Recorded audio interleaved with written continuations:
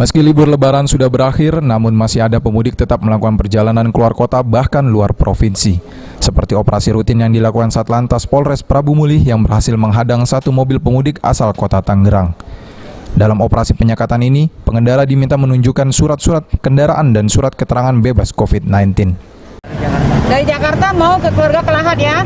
Jadi dari Bapak Tangerang. Oh, dari Tangerang mau ke Lahat ya Bapak. Nanti Bapak silakan lanjut kalau memang Bapak benar-benar sehat, dinyatakan sehat ya negatif, Bapak silakan melanjutkan ke perjalanan ke Lahat.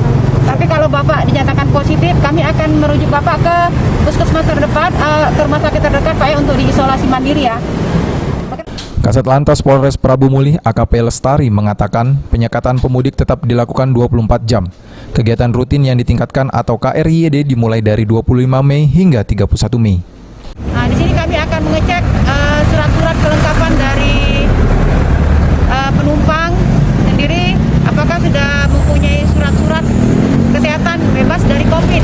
Tadi yang sudah rekan-rekan lihat bahwa kami sini melaksanakan kegiatan masih menemukan masyarakat dari luar provinsi seperti Jakarta dan Tangerang tadi ya, yang tidak memiliki surat kesehatan. Sementara itu dari keterangan salah satu pemudik, kalau 6 penumpang seluruhnya merupakan anggota keluarga, mereka pun menerima arahan dari pihak kepolisian untuk diperiksa dengan tes antigen atau genoes di fasilitas kesehatan terdekat. Mau ke tempat saudara. Kita masih mendapat informasi enggak Pak, masih ada pembatasan kegiatan masyarakat ini? Enggak Bang, kira udah habis gitu kan. Oh, dikira sudah habis gitu ya. Sampai tanggal 17 kan. Oh ya. Jadi dapat instruksi kita periksa kesehatan, gimana tanggapannya Pak? Ya nggak apa-apa kalau untuk Kita terima aja ya.